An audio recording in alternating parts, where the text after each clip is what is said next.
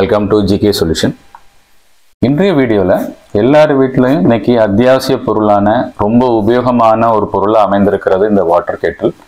ரொம்ப சிம்பிளாக பண்ணியிருக்கிறாங்க. இதில் டிட்டாச்சபிளாக பண்ணுறது ரொம்ப உதவியாக இருக்குது. இதை பார்த்தீங்கன்னா தெரியும், டிட்டாச்சபிளாக பண்ணது வந்து ரொம்ப உதவியாக இருக்குது. நம்ம தண்ணி வந்து டேப்பில் கழுவி இதை வந்து தனியாக பண்ணிக்கலாம். நம்ம இதில் வச்சு ஹீட் பண்ணிவிட்டு திருப்பி நமக்கு எங்கே வேணுமோ எடுத்துக்கலாம். இந்த ஒயரை வந்து நம்ம டிஸ்கனெக்ட் பண்ண வேண்டிய அவசியம் கிடையாது. அது மட்டும் இல்லை, இதில் நல்ல ப்ரொடெக்ஷன்ஸ் கொடுத்துருக்குறாங்க.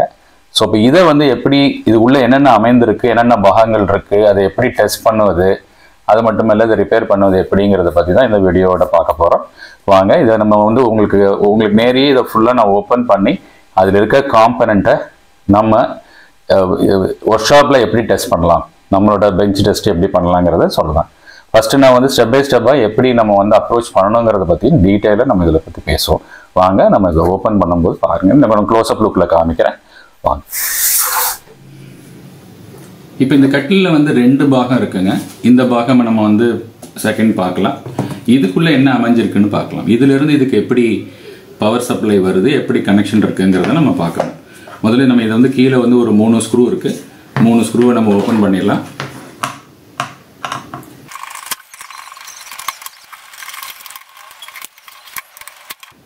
இப்போ ஸ்க்ரூ நம்ம ஓப்பன் பண்ணியாச்சு. 3 ஸ்க்ரூ இருக்குங்க. இதை 3 ஸ்க்ரூ ஓப்பன் பண்ணிட்டீங்கன்னா இதே போல் நமக்கு வந்து இந்த பேஸ் வந்துடும். இந்த பேஸை நம்ம தனியாக வச்சிடலாம். ஏன்னா இதில் ஒன்றும் நம்ம பார்க்க வேண்டியதில்லை. திருப்பி அசம்பிள் பண்ணும்பொழுது இதுலேயே இந்த ஒயர் போகிறதெல்லாம் நம்ம கொடுத்துருக்குறாங்க. அது பிரகாரம் நீங்கள் அசம்பிள் பண்ணிக்கலாம். புரியுதுங்களா? ஸோ இப்போ இதில் பார்த்தீங்கன்னா இது ஆக்சுவலாக ஒரு கனெக்டர் மட்டும்தான். இதில் வேறு எந்த சேஃப்டி டிவைஸும் அவங்க கொடுக்கல. இது வந்து என்ன பண்ணியிருக்காங்கன்னா, இங்கே இருக்கக்கூடிய 3 ஒயரில் வந்து இது ஒன்று இது வந்து எர்த்துங்க, இது ஒன்று வந்து இது நியூட்ரல், இது ஃபேஸ். புரியுதுங்களா? இதில் இதில் பார்த்தீங்கன்னா NP எழுதியிருக்கு. ஸோ இப்போ அதை வச்சு தான் நம்ம கனெக்ட் பண்ணணும். இப்போ இதில் என்ன பண்ணியிருக்காங்கன்னா, சேஃப்டிக்காக இதில் சென்ட்ரு போர்ஷன் வந்து எர்த்துங்க. சென்ட்ரு போர்ஷன் வந்து எர்த்து. இப்போ நான் வந்து மல்டிமீட்டரில் காமிக்கிறேன். Centre portion earth. அதற்கப்புறம் இதில் 2 ரிங்கு கொடுத்துருக்குறாங்க. மொத்தம் 3 இருக்கு பாருங்க. சென்டர் போர்ஷன் எர்த்து, அதுக்கு அடுத்து வரக்கூடிய இந்த ரிங், இதுக்குள்ளே வரக்கூடிய சப்ளை வந்து ஃபேஸுங்க, வெளியில் இருக்கக்கூடியது நியூட்ரல், சேஃப்டிக்காக கொடுத்துருக்குறாங்க.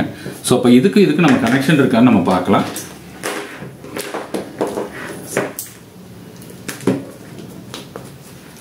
ஏன்னா முதல் ஸ்டெப்பு நீங்கள் இதை தான் செக் பண்ணணும். இதுக்கு வந்து இதை செக் பண்ணுறதுக்கு நீங்கள் ஓப்பன் பண்ண அவசியம் இல்லை. இங்கேருந்தே கூட நம்ம செக் பண்ண முடியும். உங்களுக்கு காமிக்கிறதுக்காக தான் நான் இதை ஓப்பன் பண்ணேன். இப்போ நம்ம மல்டிமீட்டரில் நம்ம ஆட்டோமீட்டர் போட்டிருக்கோம். இதனால ஃபர்ஸ்ட் நியூட்ரலை செக் பண்ணலாம். சவுண்ட் வருதுங்களா? ஓகேங்க. அடுத்தது எர்த்தை செக் பண்ணோம். ஃபர்ஸ்ட் நம்ம எர்த்தை செக் பண்ணிக்கிறோம். எர்த்துங்கிறது சென்டர் பின்னு சொன்னேன். இப்போ நியூட்ரல் செக் பண்றோம். நியூட்ரல்ங்கிறது அவுட்டர் பின்னு வருதுங்களா? அடுத்தது ஃபேஸுங்கிறது நடுவில் இருக்கக்கூடிய ரிங். அது மட்டும் இல்லை, இதை மட்டும் பார்த்தா பத்தாது, நம்ம ஃபேஸ் நியூட்ரலுக்கும் ஷார்ட் எது இருக்கான்னு பார்க்கணும். ஃபேஸ் எர்த்துக்கும் ஷார்ட் இருக்கான்னு பார்க்கணும். நியூட்ரல் எர்த்துக்கு ஷார்ட் இருந்தால் வேற ஒன்றும் செய்யாது. பட் ஃபேஸுக்கும் எர்த்துக்கும் ஷார்ட் இருந்தாலோ அல்லது ஃபேஸுக்கும் நியூட்ரல் ஷார்ட் இருந்தாலோ அந்த ஒயரில் ஏதாவது ஷார்ட் இருக்கலாங்க. இதில் தான் போகணும்னு அவசியம் இல்லை. இந்த ஒயர் வந்து என்ன பண்ணுறாங்கன்னா, இப்படி மடித்து அவங்க வந்து அந்த ஒயரை பிடிச்சி இழுக்கிறது ப்ளக்கில் இருந்து, அந்த மாதிரி சில பேர் பண்ணிடுவாங்க. அப்படி இருக்கும்போது இந்த ஒயருக்குள்ளே ஷார்ட் வரும். ஆனால் ரொம்ப ரேர் தான். அப்படி வந்ததுன்னா டிஸ்கனெக்ட் தான் ஆகும். பண்ணுனா நம்ம இந்த ஒயர் சேஞ்ச் பண்ணி கொடுத்துடலாம். புரியுதுங்களா? இதில் வந்து என்ன பண்ணியிருக்காங்கன்னா, இதுக்குள்ளே பார்த்தீங்கன்னா தெரியும், ஒரு ஸ்ப்ரிங்கு மாதிரி கொடுத்துருக்குறாங்க. ஸோ அப்போ என்னன்னா, இந்த ஸ்ப்ரிங்கில் இருக்கக்கூடிய ஒரு சின்ன டேப் மாதிரி இருக்கு. அதுல இருந்து தான் நமக்கு சப்ளை இதுக்கு வரப்போகுது. அப்போ இதில் வந்து ஹீட்டர் கிடையாது, எவ்வித ப்ரொடெக்ஷனும் கிடையாது. இது ஜஸ்ட் கனெக்டர் தான், பவர் சப்ளை கனெக்டர். அது ஆக்சுவலாக பார்த்தீங்கன்னா இதோட பிளக் சாக்கெட் இருக்கு இல்லைங்களா, அதற்கு பதிலாக இந்த மாதிரி ஒரு சாக்கெட்டை ரெடி பண்ணியிருக்காங்க. அவ்வளோதாங்க. அதனால இதில் ஒரு பெரிய விஷயம் இல்லை. ஆனால் இதில் போகக்கூடிய பொருள் பார்த்தீங்கன்னா இந்த கேபிள் மட்டும்தான் போகும். போணுச்சுன்னா நம்ம சேஞ்ச் பண்ணிக்கலாம். இப்போ வாங்க, மெயினாக நம்ம இருக்கக்கூடிய இந்த கெட்டில் பார்க்கலாம். இந்த கெட்டில் இங்கே ஒரு சுவிட்ச் இருக்கு. இந்த சுவிட்ச் வந்து இது ஆன், இது ஆஃப்ங்க. ஸோ இப்போ இதை ஆன் பண்ணி வைக்கும்போது நீங்கள் கவனிச்சிருப்பீங்க, தண்ணி சூடான உடனே இது ஆட்டோமேட்டிக்காக ஆஃப் ஆகிடும். புரியுதுங்களா? சில மாடலில் இங்கே லைட் இண்டிகேஷன் கொடுத்துருப்பாங்க. இதில் லைட் இண்டிகேஷன் கிடையாது. அதனால இதில் லைட் இண்டிகேஷன் வந்து கீழே கொடுத்துருக்காங்க. இந்த இடத்துல கொடுத்துருக்காங்க. நம்ம இப்போ காமிக்கிறோம். கீழே இருக்கு, இந்த இடத்துல கொடுத்துருக்காங்க. புரியுதுங்களா? சில மாடலில் இங்கே கொடுத்துருப்பாங்க. ஸோ இப்போ இது ஆன் ஆகும்போது நமக்கு இந்த லைட் இண்டிகேஷன்ஸ் தெரியும்.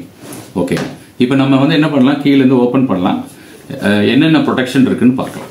சரிங்களா? இங்கே பின்னாடி பார்த்தீங்கன்னா இந்த கனெக்டர் வந்து சீட் ஆகக்கூடிய போர்ஷன் இதுதான். இதில் பார்த்தீங்கன்னா 3 ரிங் இருக்கு பாருங்க. சென்டர் வந்து எர்த், ரெண்டாவது ஃபேஸ், அடுத்தது நியூட்ரல். 10 amps வரை இந்த கான்டாக்டில் நமக்கு வந்துடும். இந்த கான்டாக்ட் கூட சில நேரங்களில் அதில் இருக்கக்கூடிய ஸ்ப்ரிங் ஆக்ஷன் போயிட்டு லூஸ் ஆகலாம். எல்லாமே அவைலபிலிட்டி இருக்குங்க நெட்டில்.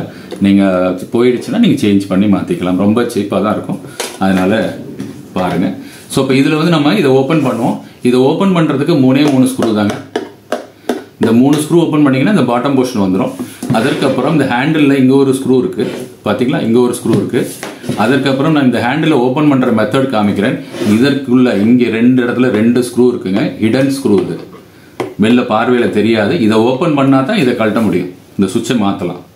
புரியுதுங்களா? அப்போ இதை ஓப்பன் பண்ணோன்னா இந்த ஸ்க்ரூ கழட்டணும். தெரியாமல் நீங்கள் பிடிச்சி எடுத்தீங்கன்னா உடஞ்சிடும். நான் இப்போ உங்களுக்கு நேராக ஓப்பன் பண்ணி காமிக்கிறேன். ஓப்பன் பண்ணும் பொழுது நான் கொஞ்சம் ஃபாஸ்ட் ஃபார்வர்ட் பண்ணி காமிக்கிறேன், ஏன்னா டைமை சேவ் பண்ணுறதுக்காக. இப்போ இந்த 3 ஸ்க்ரூ ஓப்பன் பண்ணிட்டோம். இனி நம்ம இதை ஓப்பன் பண்ணலாம். ஓப்பன் பண்ணும் பொழுது இந்த எல்இடி வந்து இந்த பாக்ஸில் கனெக்ட் ஆகிருக்கிறதுனால கேர்ஃபுல்லாக நீங்கள் ஓப்பன் பண்ணுங்க. ஒரு ஸ்க்ரூ மாட்டிட்டு இருக்கு.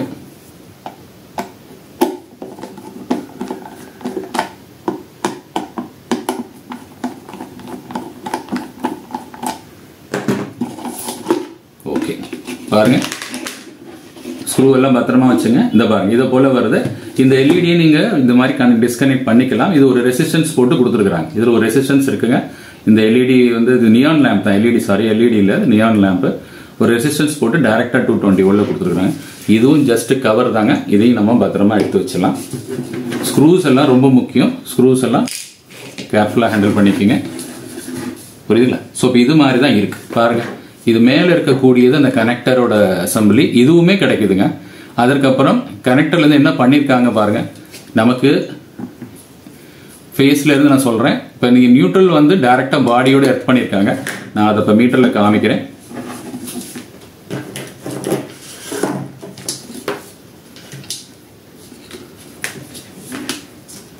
பாருங்க, இந்த ஸ்க்ரூவில் வச்சுக்கலாம். ஏன்னா இது மேலே வந்து கோட்டிங் இருக்கு. அதனால இந்த ஸ்க்ரூவில் வச்சுட்டு சென்டர் வைக்க போகிறேன். வருதுங்களா? வந்துருச்சு. அதே மாதிரி நியூட்ரல் வந்து டைரக்டா கொடுத்துட்டாங்க. ஸோ நியூட்ரல்ல வந்து நம்ம இங்க ஒயர்ல நியூட்ரல் பாருங்க, நியூட்ரல் டைரக்டா இருக்கு. ஆனா ஃபேஸ் வந்து டைரக்டா இல்லை பாருங்க, வரல. கீழே சுவிட்ச் ஆன் பண்ணீங்கன்னா ஃபேஸ் வந்துடும். சுவிட்ச் ஆன் பண்ணிட்டு இப்போ நம்ம ஃபேஸ் பார்க்குறேன்.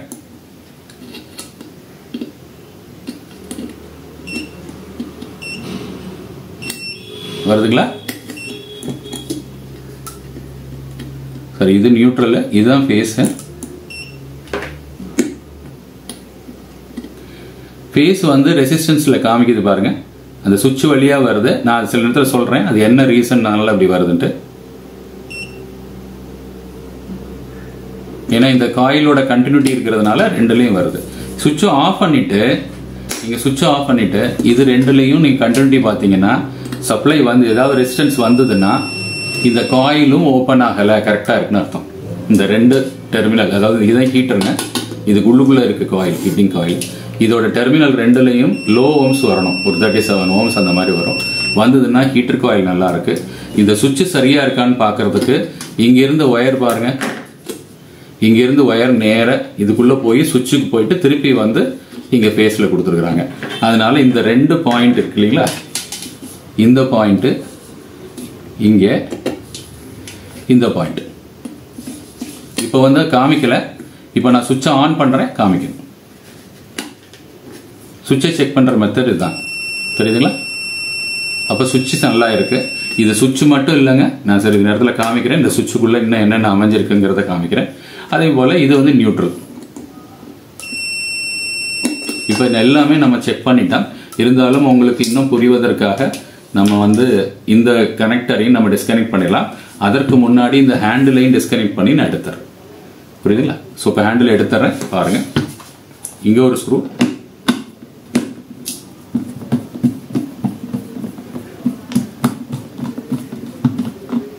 இதை எடுத்த உடனே வேற எங்கேயுமே ஸ்க்ரூ தெரியல, ஆனால் இதை எடுக்கும்போது உங்களுக்கு வரல.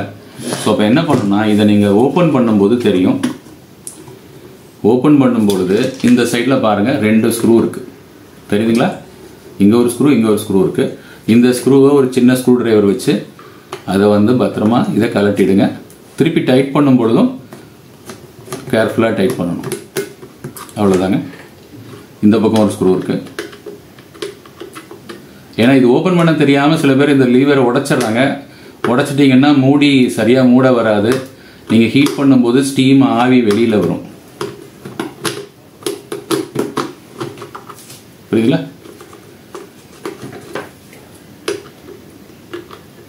ஸ்க்ரூ டிரைவர்ஸ் நேராக போட முடியாது, கொஞ்சம் கிராஸாக தான் போடணும். போட்டு எடுத்துட்டாங்களா? இவ்வளோதாங்க. இது பாருங்க, இது ஜஸ்ட் மூடி தான், இதில் ஒன்றும் கிடையாது. இந்த ஸ்க்ரூ ஃபுல்லாக டைட் பண்ணால் தான் இந்த மூடியை மூட வரும். இந்த ஸ்க்ரூவை நீங்கள் பாதி டைட் பண்ணியிருந்தீங்கன்னா மூட வராது. அதனால் கேர்ஃபுல்லாக வச்சுங்க. ஏன்னா நான் அசம்பிள் பண்ணும்போது காமிக்க போகிறதில்ல, அது கொஞ்சம் செட் பண்ண டைம் எடுக்கும். ஓகே, இதுக்குள்ளே வேறு எதுவுமே இல்லை பாருங்கள். இங்கேருந்து எதுவுமே கனெக்ஷன் இல்லை பாருங்கள். இதுக்குள்ளே எதுவுமே கனெக்ஷன் கிடையாது. ஆனால் தண்ணி சூடானோன்னா இது எப்படி ஆஃப் ஆகுது? அப்போ ஏதோ ஒரு ஹீட் சென்சர் இதில் இருக்கணும் இல்லைங்களா? ஸோ அப்போ அந்த ஹீட் சென்சர் பார்த்தீங்கன்னா இதில் இருக்குது. இதுக்குமே ஸ்க்ரூ இருக்குது. அதுக்கு வந்து என்ன பண்ணீங்க, இந்த மேலே இருக்கக்கூடிய இந்த கப்பை வந்து இப்படி மேலே லிஃப்ட் பண்ணிங்கன்னா லாக் எடுத்துக்கும். லாக் எடுத்ததுக்கப்புறம் இப்படி வெளியில் இழுத்தீங்கன்னா வந்துடும். இந்த இடத்துல இந்த லீவர்லாம் உடச்சிடாதீங்க. இந்த லாக்கை மேலே தூக்கிட்டு இப்படி இழுத்தீங்கன்னா வந்துடும். புரியுதுங்களா? இப்போ நம்ம அந்த ஸ்க்ரூவை கழட்டிடலாம்.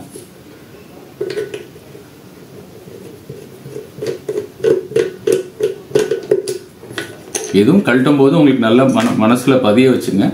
அது மாதிரி இதை கழட்டின உடனே எவ்வளோ சீக்கிரம் நீங்கள் வந்து ரிப்பேர் பண்ணி மாட்டலாமல் மாட்டிடுங்க. சரி பண்ண லேட் ஆகும், ஸ்பேர்ஸ்க்காக வெயிட் பண்ணோம்னா தயவு செஞ்சு மறுபடியும் எல்லா ஸ்க்ரூவையும் மறுபடியும் மாட்டி வச்சுருங்க. திருப்பி ஸ்பேர் வந்த உடனே மறுபடியும் ஓப்பன் பண்ணி பண்ணுங்கள். சோம்பேறித்தனப்பட்டு அப்படியே ஓப்பன் பண்ணி வைக்காதீங்க, கண்டிப்பாக டேமேஜ் ஆகிடும். சரிங்களா? இந்த ஹேண்டில்லாம் கழட்டலாம், பட் இது கழட்டுறதுனால நமக்கு பிரயோஜனம் இல்லை, அதனால நம்ம கழட்ட போகிறதில்ல. புரியுதுங்களா? இந்த ஹேண்டில் போச்சுன்னா கூட மாற்றிக்கலாம். ஓகேங்க. இப்போ இதில் இருக்கக்கூடிய பொருளை பார்ப்போம். இதுதான் ரொம்ப முக்கியமானது. இதில் பார்த்தீங்கன்னா இந்த இடத்துல ஒரு வட்டமாக ஒரு பிளேட் இருக்கு. இது வந்து ஒரு டெம்பரேச்சர் சென்சாருங்க. இது என்ன ஆகும்னா பைமெட்டாலிக் ஸ்ட்ரிப் மாதிரி இருக்காது, ஆனால் வெப்பம் அடையும் பொழுது வளையும். அந்த வளையும் பொழுது சுவிட்ச் ஆஃப் பண்ணி விட்டுரும். இப்போ நம்ம இதை வந்து ப்ராக்டிக்கலாக நம்ம பார்க்க போகிறோம். இதில் எப்படி இது வளையுது, அது மாதிரி இது வந்து இது. அப்போ இது மட்டும் போதுமா? அது கிடையாது. இப்போ இது ஒரு சேஃப்டி, அதாவது சேஃப்டி இல்லை. அது ஆக்சுவலாக இந்த இடத்துல தண்ணி சூடாயிடுச்சுன்னா இந்த தண்ணியோட சூடு இந்த பாத்திரத்தில் படும். இந்த பாத்திரத்துக்கு பக்கத்தில் இந்த ஹேண்டில் இருக்கிறதுனால இந்த இடம் வெப்பமடையும். வெப்பமடைகிறதுனால இது வந்து ஆஃப் ஆகுது. அவ்வளோதான். நமக்கு வேண்டிய சூடு வந்துருச்சு, அட்ஜஸ்ட்மெண்ட் கிடையாதுங்க. வேண்டிய சூடு வந்துருச்சுன்னா ஆஃப் ஆகிடும். நம்ம ஓரளவுக்கு நம்ம உபயோகப்படுத்துகிற அளவுக்கு வெப்பம் வரும்பொழுது ஆஃப் ஆகிடும். அப்படின்னா ஒரு 100 டிகிரின்னு வச்சுங்களேன்.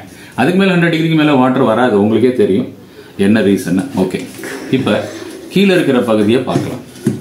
இப்போ இதில் நான் என்ன பண்ண போகிறேன், உங்களுக்கு ஈஸியாக புரியறதுக்காக இந்த போர்ஷனை வெளியில் எடுத்துட போகிறேன். புரியுதுங்களா? எடுத்தாச்சுன்னா இன்னும் கிளியராக, இன்னும் இதில் ஏதாவது சேஃப்டி இருக்காங்கிறத பார்க்கலாம். புரியுது? இதை ஓப்பன் பண்ணிக்கலாம். இதற்கு நான் இந்த டூல்ஸை பயன்படுத்துகிறேன். இதை போல் டூலாக இருந்தால் கொஞ்சம் ஈஸியாக இருக்கும்.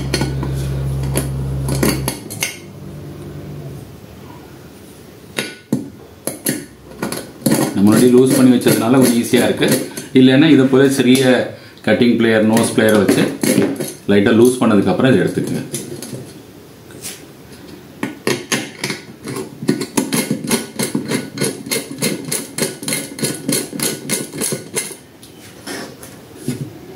எல்லா காம்பனண்ட்டுமே கிடைக்குதுங்க.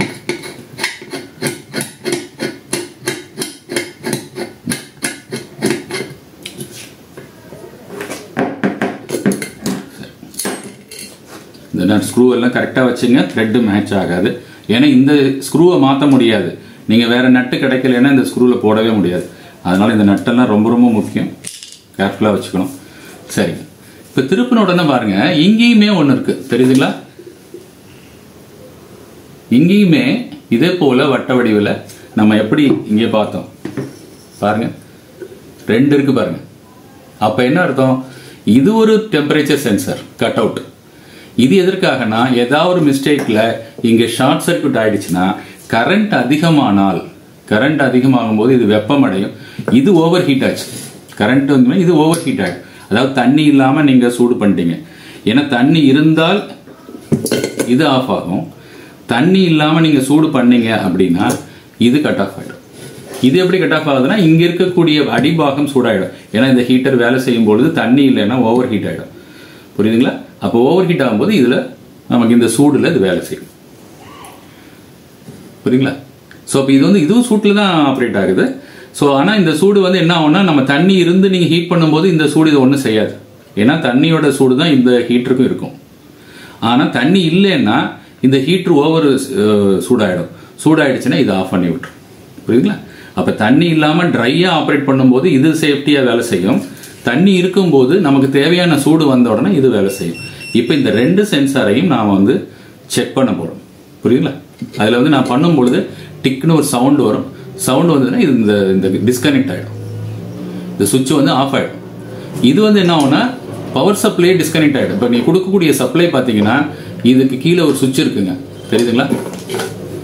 இது கீழே வந்து ஒரு பட்டன் மாதிரி ஒரு சுவிட்ச் வச்சிருக்காங்க. அப்போ என்ன ஆகும்னா இது வந்து இது அமுக்கிருச்சுன்னா இதை டிஸ்கனெக்ட் பண்ணி விட்டுரும். இது ஒரு சேஃப்டி சுவிட்ச், அயன் பாக்ஸ்ல எல்லாம் வர்ற மாதிரி. ஸோ இப்போ இந்த சுவிட்ச் ஆஃப் ஆயிடுச்சுன்னா உங்களுக்கு சப்ளை வராது. சில நேரங்கள் என்ன ஆகும்னா இது ஓவரா டேமேஜ் ஆகி பெர்மனண்டா ஆஃப் ஆயிடும். இதுக்கு இருந்தால் நான் சொன்னேன் நீங்க சப்ளை ஆன் பண்ணும்போது அதுலேருந்து சப்ளை வருதா வரல. கண்டினியூட்டியில் எங்கேயாவது மிஸ்டேக் இருந்ததுன்னா இந்த ஹீட்டரை நீங்க பார்க்கலாம். ஹீட்டர் மட்டும் மாத்துறது சிரமம், இந்த ஃபுல் செட்டை நீங்க மாத்துறது பெட்டர். புரியுங்களா? ஸோ இப்போ நம்ம இந்த இதில் வந்து சவுண்ட் வருதான்னு பார்க்கலாமா? அதுக்காக நான் என்ன பண்ணிக்கிறேன், ஒரு சின்ன ப்ளோயர், இதை போல ஒரு ப்ளோயர் வச்சிருக்கேன். ஸோ இப்போ இந்த ப்ளோயரை வச்சு ஹீட் பண்ணி பார்க்கலாம் என்ன நடக்குதுன்னு. அதற்கு முன்னாடி நான் வந்து என்ன பண்ணுறேன், இதிலிருந்து மல்டிமீட்டரில் ஈஸியாக தெரியறதுக்காக ஒரு கிளிப்பு போட்டு மல்டிமீட்டரை பெர்மனெண்ட்டாக நம்ம ஃபிட் பண்ணிக்கலாம். அப்போ தான் நமக்கு வந்து இது ஆன் ஆகுதா ஆஃப் ஆகுதாங்கிறது தெரியும். இல்லைன்னா மல்டிமீட்டரை என்னால் பிடிக்க முடியாது, இதை ஹீட் பண்ண முடியாது. அதனால ஒரு மல்டிமீட்டரை, இதே மல்டிமீட்டரை ஒரு கிளிப்பு மூலியமாக நான் வந்து கனெக்ட் பண்ணிட்டு பார்க்கலாம். இப்போ நம்ம மல்டிமீட்டரில் முதல்ல கனெக்ட் பண்ணிக்கலாம். இதை எப்படி டெஸ்ட் பண்ணுறதுக்கு முன்னாடி அதை நான் என்ன பண்ணியிருக்கேன்னா மல்டிமீட்டரில் இதை போல் ஒரு கிளிப்பு ப்ராபை வந்து ஒன்று வாங்கிக்கிங்க. எப்போதுமே அது யூஸ்ஃபுல்லாக இருக்கும். ஸோ கிளிப்பு ப்ராபை வந்து இதில் இன்சர்ட் பண்ணிவிட்டு, இல்லைன்னா நீங்கள் ஒன்று செஞ்சுக்கலாம். பழைய ப்ராப் இருந்ததுன்னா இந்த மாதிரி கூட செஞ்சு வச்சுக்கோங்க. இது ரொம்ப யூஸ்ஃபுல்லாக இருக்கும். ஏன்னா நம்ம ஒருத்தரே ஆப்ரேட் பண்ணும் பொழுது மல்டிமீட்டரை ஒரு ஆள் பிடிக்க முடியாது. நான் இப்போ என்ன பண்ண போகிறேன், இதில் இருக்கக்கூடிய நியூட்ரலில் கனெக்ட் பண்ண போகிறேன் ஒரு ஒயரு. நியூட்ரல் உங்களுக்கு சொன்னேன், அவுட்டரில் இருக்கிறது நியூட்ரல். நியூட்ரல் கனெக்ட் பண்ணியாச்சு. இப்போ நம்ம ஃபேஸ் கனெக்ட் பண்ணோம்.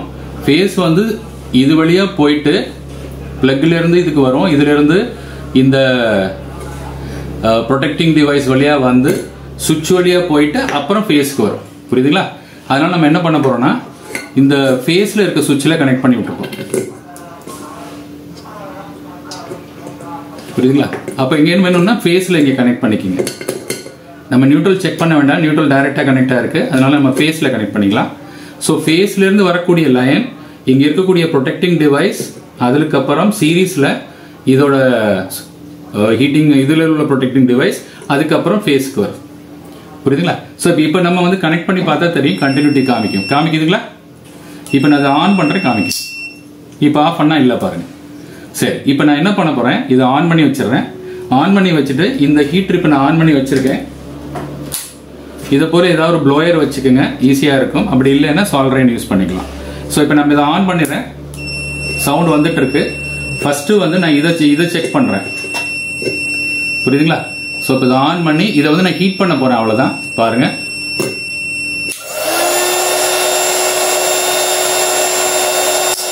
ஆஃப் ஆயிடுச்சுங்களா? இங்கே சவுண்டுமே ஆஃப் ஆயிடுச்சு பாருங்க. இந்த இது வந்து நீங்கள் ஹீட்டு கொஞ்சம் குறைஞ்ச உடனே மறுபடியும் ஆன் பண்ணிக்கலாம் இந்த சுவிட்ச். ஸோ இப்போ இது சரியா இருக்கான்னு பாருங்க. இதெல்லாம் நீங்கள் தனியாக பிளேட் எல்லாம் டிஸ்டர்ப் பண்ணாதீங்க. இது ஃபுல் சுவிட்ச் தான் நீங்கள் மாற்றணும்.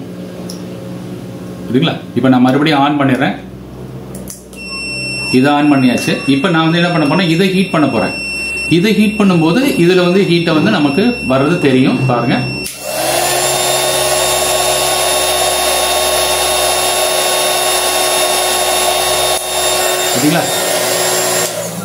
பாத்தீங்களா?